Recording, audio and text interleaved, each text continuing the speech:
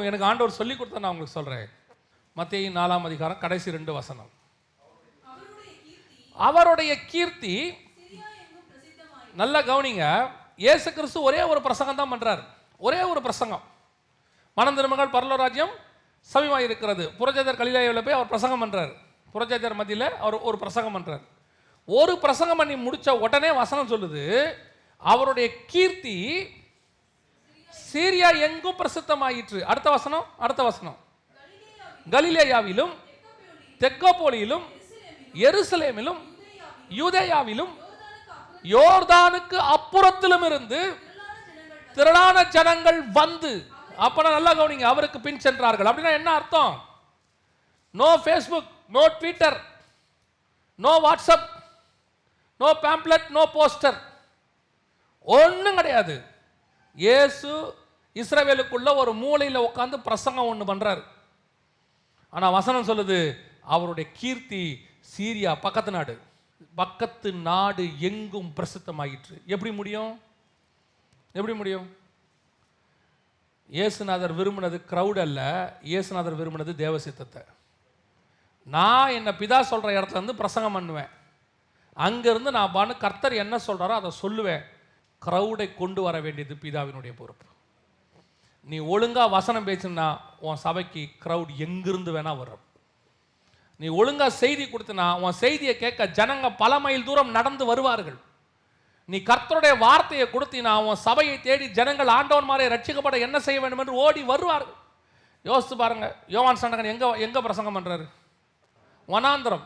நீங்க வனாந்தரம் பார்த்துருப்பீங்களான்னு தெரியாது, நிறைய பேர் வனாந்தரம் பார்த்துருப்பாங்க. பாலைவனத்தில் பிரசங்கம் பண்றாரு. பாலைவனத்தில் எவனாவது இருப்பானா? இப்போவே பாலைவனத்தில் எவனும் கிடையாது. 2000 வருஷத்துக்கு முன்னாடி எவனாவது இருப்பானா பாலைவனத்தில்? ஒருத்தரும் இருக்க மாட்டான். வனாந்தரத்தில் பிரசங்கம் பண்ணுறாரு. என்ன பிரசங்கம் பண்ணுறாரு? மனம் திரும்புங்கள், பரலோக ராஜ்யம் சமீபமாக இருக்கிறது. ஆனால் வசனம் சொல்லுது, அவனிடத்துல ஞானஸ்நானம் பெறுவதற்கு திரளான ஜனங்கள் வந்தார்களாம். எப்படிங்க அது? எப்படி பாசிபிள்? அவன் வனாந்தரத்துக்குள்ளே நின்று ஒரு பிரசங்கம் பண்ணுறான். மனம் திரும்புங்கள், பரலோக ராஜ்யம் சமீபத்தில் இருக்கிறது.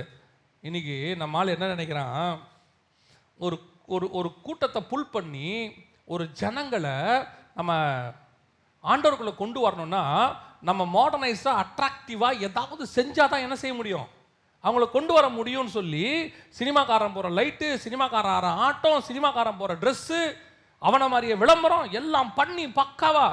யோவான் ஸ்நானனை பற்றி வசனம் சொல்லுது, ஒட்டக மயிர் ஆடை தரித்திருந்தான். ஒரு கேவலமான ட்ரெஸ்ஸிங். நீங்கள் கேவலமாக ட்ரெஸ் பண்ணணும்னு நான் சொல்லலை, ஆனால் உன்னுடைய ஊழியம் உன் ட்ரெஸ்ஸை பேஸ் பண்ணி இல்லை, தேவனை பேஸ் பண்ணி இருக்கு. கேவலமான ட்ரெஸ்ஸிங், ஒட்டக மயிர் ஆடை, தூக்கி ட்ரக்கை போட்டு நிற்கிறான், உள்ளன் ட்ரக்கு குண்டு அப்படி ஸ்கின் போட்டு நிற்கிறான். அப்படி உள்ளுக்குள்ளே யார் இருக்கிறா? பிரதான ஆசாரியர்கள் அழகாக ட்ரெஸ் பண்ணி நீட்டா. இன்னைக்கு தப்பான ஒரு கான்செப்டை எவன் மண்டையில் ஏத்தனான்னு தெரியல. நீ நீட்டாக ட்ரெஸ் பண்ணாதான் ஊழியம் நடக்கும். நீட்டாக ட்ரெஸ் பண்ண தப்பு இல்லை, திருப்பியும் சொல்கிறேன், நீங்கள் தப்பாக புரிஞ்சுக்காதீங்க. ஆனால் நீட்டாக ட்ரெஸ் பண்ணாதான் ஊழியம் கரெக்டாக நடக்கும்னா தப்பு.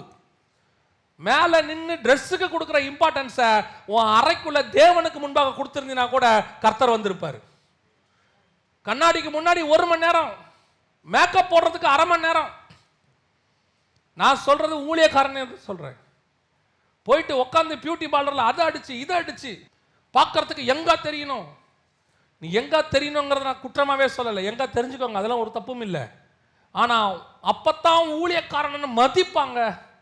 ஊழியக்காரனுக்கு ஒரு கௌரவம் இருக்கு. ஊழியக்காரன் இப்படி இருக்கணும், தப்பா புரிஞ்சிடக்கூடாது. இவர் அப்ப ட்ரெஸ்ஸை கேவலம். ட்ரெஸ்ஸிங் கோட்ல ஒண்ணும் இல்லை, உனக்குள்ள இருக்கிற தேவன்கிட்ட தான் எல்லாமே இருக்கு. நீ எல்லாத்தையும் போட்டுக்கிட்டு போய் தேவன் இல்லாம நின்னா ஒரு பிரயோஜனமும் கிடையாது.